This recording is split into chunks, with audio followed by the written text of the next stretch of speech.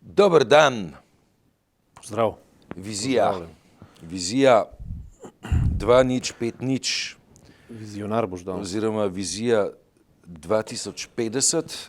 To je dokument, ki pripoveduje o tem, kako naj bi Republika Slovenija izgledala čez, koliko je to let, 23? Tam nek. 33. Ne, 33. ja. 33.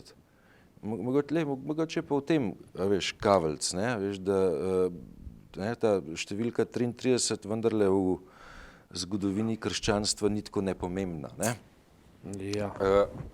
To je dokument, ki ni prav zelo obsežen oziroma ima potem še neko rezervno verzijo, ki je nekoliko bolj obsežna in nam slika stanje stvari v teh krajih čez 3 desetletja. Bili naj bi, čeprav razumem, visoko izobraženi, kar brezkonfliktni in tako naprej. Nek tak simpatičen seznam želja, ki pa je, tako po moji oceni, precej drastično odpet od realnosti oziroma predvsem odpet od dejstva, da je realnost popolnoma nepredvidljiva in sicer širša realnost, ne. Mi ne vemo, ne, a bo v 33 letih svet spremenil kak nov internet ali bo svet spremenil kakšen nov izum mobilne telefonije ali bo svet spremenila farmacevtska ali ne vem kakšna revolucija. Zaradi tega se mi zdijo projekcije o tem, kaj bo čez 33 let, vratolomno tvegane. Po drugi strani pa razpolagam s podatkom, da tole pisanje vizije niti ni bilo tako zelo poceni, kajti stalo je slabega $500 000, prejemnik večine tega denarja je pa organizacija, ki sliši na kratico OECD. A zbral to? Nisem. A? Nisem. Ker imaš načeloma si zadržan do vizij. Ja, itak, predvsem vem, kar vem iz zelo ekstenzivnih pa zelo glasnih medijskih poročil, ne, na televiziji in tako, to je ropotal z vseh koncev, ne. Potem sem počasi priklical v zavest, da gre pač za nek projekt, ki ga je plačala vlada oziroma ki ga je plačal proračun, ne. In imel sem vtis, da Kaj ti napišeš za $500 000? za $500 000 bomo stvar v krog obrnili, ne. Tisto, kar me je zbodlo v oči in to fejst, je to, da so ljudje, ki so zelo ne bom rekel vehementno, ampak zelo odločno vedeli, kakšni bodo Slovenci v prihodnosti in kaj je treba narediti, so praktično ljudje, ki jih ne poznam, ne. So praktično ljudje, ki doslej v nekem racionalni debati o Sloveniji niso participirali v ničemer, ne. Se pravi, niso imeli nič za povedati doslej, ne. Se pravi, to je prvi vtis. Drugi vtis, ki sem ga imel, je bil ta, da imamo nek happy program, ne. To se pravi, da smo v programu. Ja, mislim, predpostavka, mislim, da implicitna, ne, je, veš, da smo v neki skupnosti, ki je dobra in ki se izboljšuje, v kateri ni, pač to je moja precej priljubljena oznaka razrednega boja, ne, ki pa se v taki ali drugačni obliki odvija, ne. Puščam ob strani, je to dobro ali slabo. Se vedno bolj odvija. Ja. In skratka, hkrati smo v družbi, ki ima neka realna protislovja, katerih rezultat teh protislovij, rezultat bojev, ki izhajajo iz teh protislovij, je pa absolutno nepredvidljiv, ne. Seveda.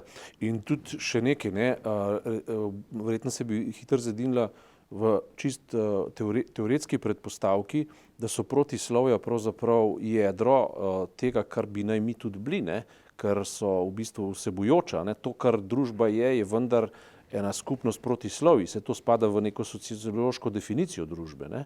Se pravi, v dinamiki družbe je neka protislovnost, ki jo treba vedno znova debatirati in debatira se jo pa lahko samo na nek racionalen način, z nekimi racionalnimi orodji. Ne? In zdaj imamo naenkrat izredno podobnost tega, kar smo videli na televiziji v obliki nekega happy programa, ne? z temi predikcijami, ki jih delajo razne ekonomske zbornice ali pa neke banke ali pa neki DOO-ji ali pa na svetovni ravni, ki napovedujejo gospodarsko rast, napovedujejo prihodnost. O tem smo se že zadnjič pogovarjali na primeru knjige DP-ove knjige, ampak to se pravi, oni napovedujejo nekaj, kar že vnaprej vemo, da ni res. Zakaj? Zaradi tega, ker je prihodnost nedoločljiva. Preprosto je nedoločljiva, ampak veš tisto, kar sta Berger pa Luckmann že lepo povedala v družbeni konstrukciji realnosti, v tisti znameniti knjigi, ki jo ti dobro poznaš, ne, sta povedala sledeče, ne, da tisto, kar nas danes organizira, je tisto, ko sešijemo preteklost in prihodnost v družbeno relevantno biografijo. Ne. In sešivanje prihodnosti je operacija za sedanjost. Ne. Torej, ko ti neko prihodnost napoveš, ko ti neko prihodnost osvetliš, ne, v bistvu razkriješ, znotraj katere ideologije hočeš organizirati sedanjost. Ne. In to, kar sem slišal, me je malo prestrašilo v smislu, še enkrat, jaz se pač nisem človek, ki se boji, ne, prestrašilo pa pač v tem smislu zgrozilo, ne, ko sem poslušal enega gospoda, ki je rekel, ljudje samo tiščijo ali pa se hlepijo po denarju še in še, imeti in tako naprej, ne. Mislim, to se zelo fajn sliši, ne, in to je zelo res, seveda, ne, ampak če ti za to organiziraš vladno službo, pocuzaš za to $500,000 evrov, ki je hkrati načrt in program neke vlade, ki pa stavi na absolutno neoliberalno ideologijo. In v bistvu, recimo, naš premier zdaj v Abu Dhabi, oziroma v Saudsko Arabijo, ne, pardon, v Saudsko Arabijo, ali mislim, da je šel zdaj, ne. Pa v arabski svet, ja. V arabski svet, ne. On ni šel tja, da bi podprl, suportiral recimo neke bodoče tihe ali pa načelne ali pa, če hočeš, brezinteresne motive slovenske kulture. Naše pisane besede in pa konec koncev duhovne odličnosti. Ne. On je šel zato, da je odpiral vrata slovenskemu gospodarstvu. Tukaj ne vidim nobenega nehlepenja po še in še več. Ne. Kar je pa v bistvu ta projektna skupina, ki je v bistvu predstavila, kako bo Slovenija izgledala leta 2050, predpostavila in rekla, taki bomo, taki moramo biti.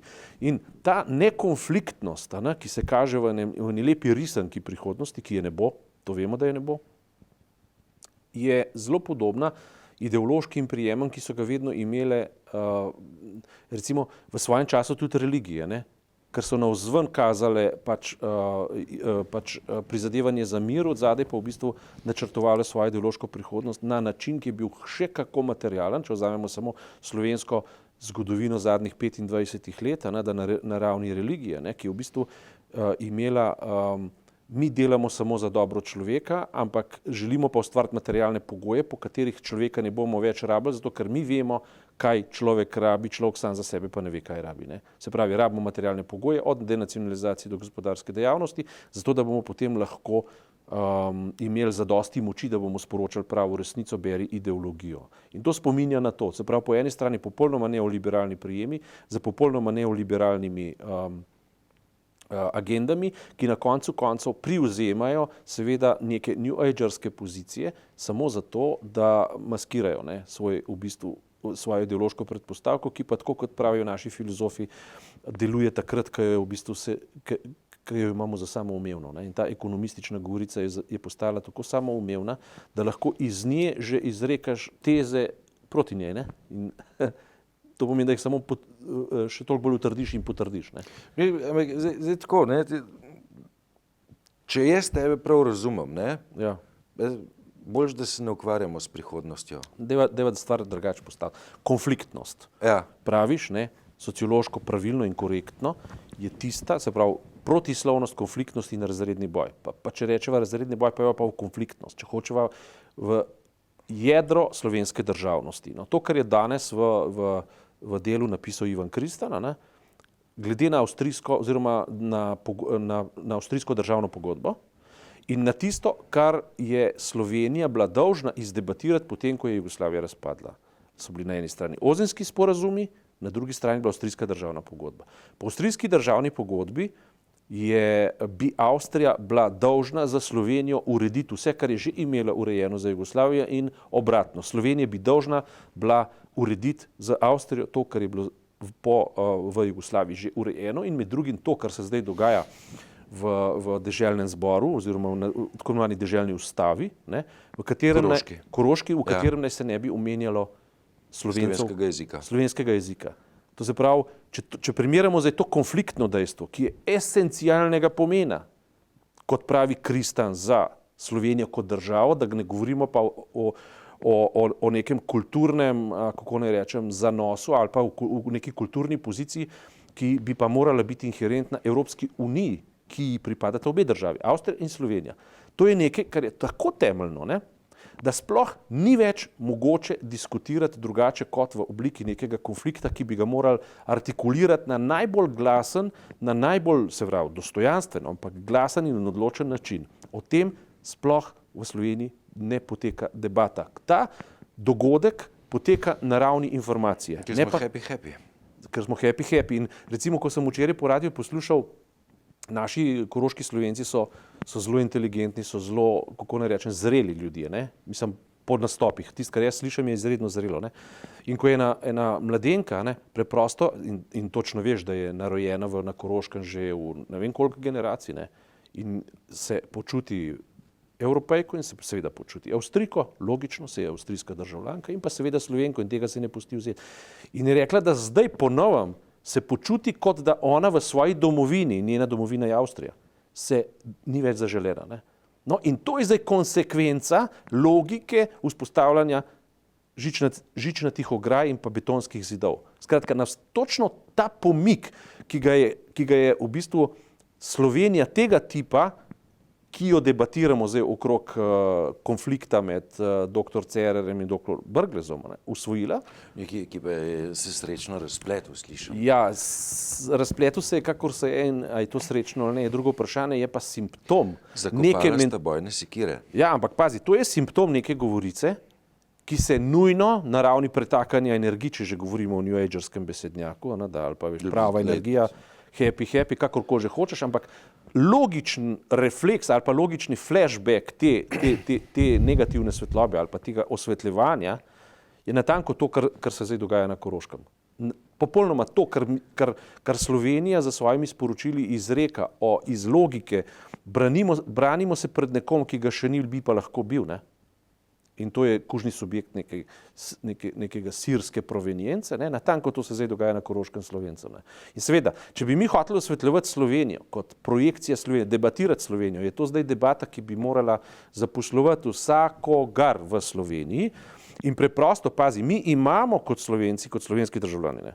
Toliko dostojanstva, mislim, da si absolutno ne moremo in ne smemo dovoliti, da bi se nek koroški človek, avstrijski državljan ali pa avstrijsko mišleči nek duh Jrga Hajdarja dvignil nad tebe, dvignil nad mene. Mislim, jaz si tega preprosto ne dovolim. Jaz te ljudje absolutno jim ne dovolim, da se povzdigujejo nad mene, tako kot se jaz nočem povzdigovati nad njih.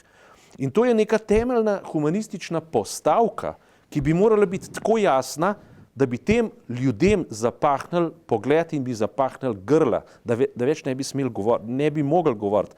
Ampak glede na to, da oni sploh ne dobivajo pravega odpora med koroškimi Slovenci, se pa soočajo z nekim trpečim dostojanstvom, ne? Potem bodo oni delali to, karkoli bodo hoteli. Ne? Slovenija bi to vprašanje morala, pa sploh ne gre za ponos, gre za dostojanstvo, dvigant na raven najbolj vroče in najbolj radiirane, če hočeš, radioaktivne debate tega trenutka. Ne, mi se pogovarjamo o tem, kako bomo leta 2050 happy. Mislim, to je nekaj, kar je tako skregano z dostojanstvom. Vem jaz še enkrat te vprašal, a si ti proti temu, da debatiramo o prihodnosti ali ne?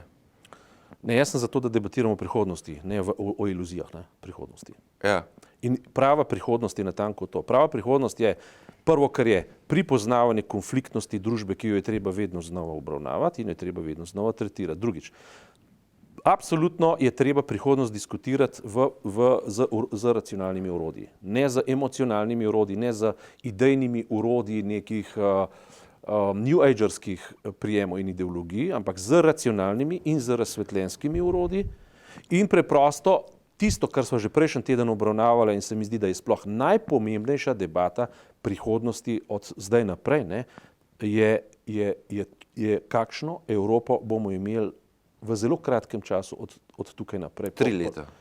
Ja, prvo, kar je, prvi medetapni mejnik je pravzaprav so jesenske volitve. Ne? Ja, pa še prej imamo obletnico rimske pogodbe, ob kateri bo verjeten pa to ne bo rimska pogodba. Tam bo, veš, organiziran oder, na katerem se bo rekel nekaj pomembnega. Ne? Bomo videli, zato ker rimska pogodba kljub vsemu EGS, ne, to je v bistvu ekonomska, to je spet govorica ekonomizma. Zdaj govorimo o prihodnosti Evrope. Okrog tega se je začel vrteti nekoliko širši koncept. Ne? Zdaj pa, naš predsednik države, ki ga midva redno kritizirava in po možnosti rahlo zbadava, ne, je v tem času naredil nekaj celo državniških potez. Ne.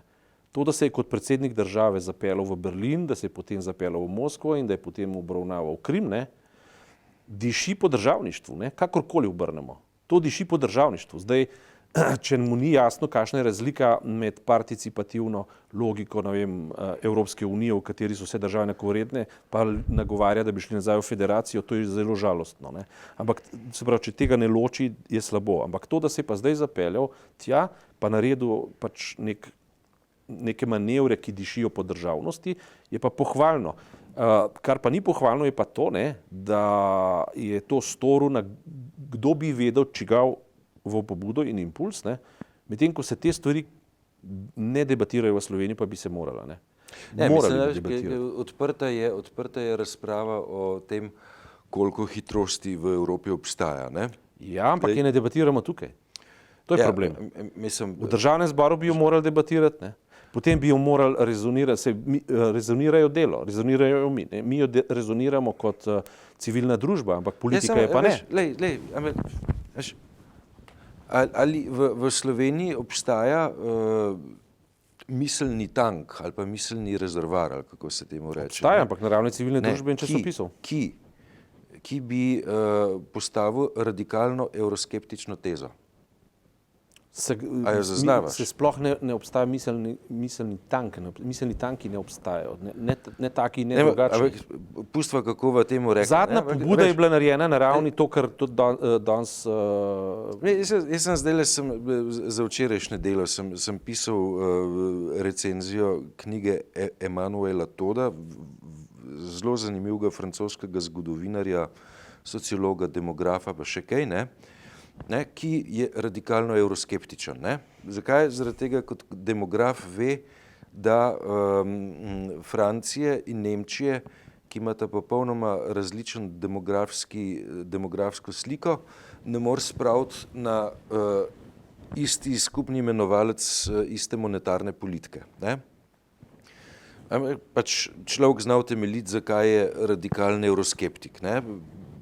Zakaj je radikalno dvomi v evro. Ne? Ne bom rekel, da sem sam, ne, evroskeptik. Ne? Jaz pač na Evropo sentimentalno navezan. Ne? Ampak mogoče trenutek, ne, ko je treba sentimentalno navezanost na Evropo, ne, pretvoriti v neko hladnokrvno analizo, a je Evropa v redu, kakršna je, pa v tej Evropi oba veva, ne, že lep čas, ne, ni francosko-nemškega vlaka, ne, zaradi tega, ker ta vlak ne vozi prek meje. In to, ne, kar mene iz tedna v teden bolj muči, ne, veš, pravzaprav zakaj ni razprave, v kateri bi se vprašali, ali ta Evropa, kakršna je, pravzaprav ne predstavlja na nek način tudi grožnje? Jaz mislim, da Evropa predstavlja priložnost, predstavlja refleks nekega humanizma, ki ga v svetu ni več. Kakršna koli že je slaba, ampak stvar inteligence pa je, da se ne vdajaš evroskepticizmu v današnjem času, ampak da poskušaš iz tega razviti obrambo nekih humanističnih pozicij, ki v svetu izginjajo, ne. Torej, evroskepticizem je v današnjem času v bistvu voda na mlin Brexita, voda na mlin Frexita, voda na mlin močne Nemčije proti provinciji in tako naprej, ne. Se pravi, tista diskusija, ki jo je že, recimo De Gaulle je bil zanimiv gospod, ne. Ker on je bil že v času, ko je krpal Evropo, ko je delal Evropo proti NATO paktu. On je bil že v času, ko je nastopal kot Evropejc proti temu, da bi se šli Angleži in Američani za Evropo menage à trois. To se pravi, da bi se šli neko ljubezensko razmerje, v katerem bi oni Evropo NATO je bil hecna inštitucija, veš, Severnoatlantski pakt, ki pri katerem severna obala, z malo pesniške svobode, severna obala Atlantika ni bila včlanjena zelo dolgo časa v zvezo NATO, ne? Torej, Evropa, ki se kaže kot Evropa prihodnosti, je neznanka, na vsak način je pa postavka, za katero se je vredno zelo boriti, ne. Nikakor se pa ne more za njo boriti na tak način, kot nekateri naši evropski politiki pravijo, veliki naj se zmenijo, mi bomo pa sodelovali, ne. To je v bistvu tako slaba nesuverenostna govorica, ne. Se pravi, suverenost se začne tam, kjer ti pripoznaš sebe kot konstitutivni del Evrope, ker daš na svoje simbole v enaki meri, kot če bi bili ameriški, ruski, francoski, angleški ali nemški, ne. Se pravi, imajo enako moč, enako prebojno moč imajo naši simboli, zaradi tega, ker gre za suverenostno stopnjo neke nacije, ki racionalno zna razmišljati o sami sebi in seva seveda neko pravilnost. Janez, a boš ti še tako za Evropo, ne, ko se bo ta spremenila v Evropo dveh hitrosti, mi bomo pa v drugi brzini? Jaz kar hočem povedati je to, da nehajmo napovedovati prihodnost, če bo kaj bo. To je vedno ideologija interesa. Jaz govorim samo to, kaj je prav ta trenutek in iz tega, kar definiraš, da je prav ta trenutek, je možno narediti nekaj pravega za naprej.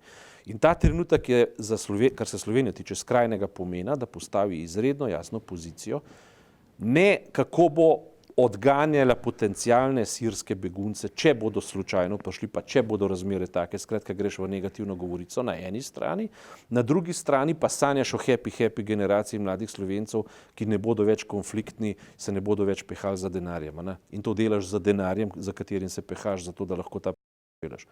Govorim o tem, da je ta trenutek popolnoma nesprejemljivo, da se ne postavimo prvič simbolno za koroške Slovence, drugič pa čisto konkretno za Slovenijo. To, kar se zdaj dogaja koroškim Slovencem na simbolni ravni, materialno se jim ne dogaja nič slabega, ne? Materialno govorim. Simbolno se jim pa dogaja nasilje nad njihovo temeljno pravico biti to, kar so. In v tem trenutku smo vsi koroški Slovenci, mi pa tukaj spimo in se delamo, kot da se nas ne tiče. Oziroma večina ljudi koroški Slovenci so v tem trenutku potrebni potrebno bi bilo jim na zelo reprezentativen način suverene države, Združenih narodov in Evropske unije povedati, da to, kar Avstrija dela oziroma kar Koroška dela, je absolutno nesprejemljivo in da je Slovenija zato pripravljena potegniti katerekoli konsekvence, ne. Tudi če gre za to, da je v blagovni menjavi Avstrija Sloveniji največji partner. Pa pač ne bo več, kajti posledica tega, kar se dogaja tem, je tudi mentaliteta, da se slovenskim podjetjem že otežuje posel na Koroškem. To je pa vedno posledica, ne? Torej, če je to tako, je treba preprosto redefinirati odnose z Avstrijo. Ker če se Avstrija, do zdaj se je korektno obnašala, do zdaj se je obnašala, smo bili v četrt stoletja z Avstrijo v odličnih odnosih. Solidnih. Kako? Solidnih. Mislim, da so bili kar odlični. Veš, s tablami na Koroškem, ne, so bile težave Dobro, samo zvezne oblasti so nekaj dosegle, ne? Zvezne oblasti so se zelo korektno obnašale, Ustavno sodišče se je zelo korektno obnašalo, potem in tako naprej. Ampak recimo to, kar je zdaj, greš pa ti na raven ustav, ne, recimo deželne ustave, tam pa ne sme biti napake. Ker če ti enkrat to zbrišeš, odpreš sezono izničevanja neke temeljne pravice za naprej. To je napovedovanje prihodnosti, pravo, kar delajo v sedanjosti. Ne? To, da boš zdaj naredil neko analizo, pa po možnosti najel neke ekonomske svetovalce, ki jih drago plačajo za to, da ti bodo prodajali neko prihodnost, ki je dejansko nikoli ne bo. Ne? Hvala lepa za tvoje misli. Je kaj pa tvoje misli?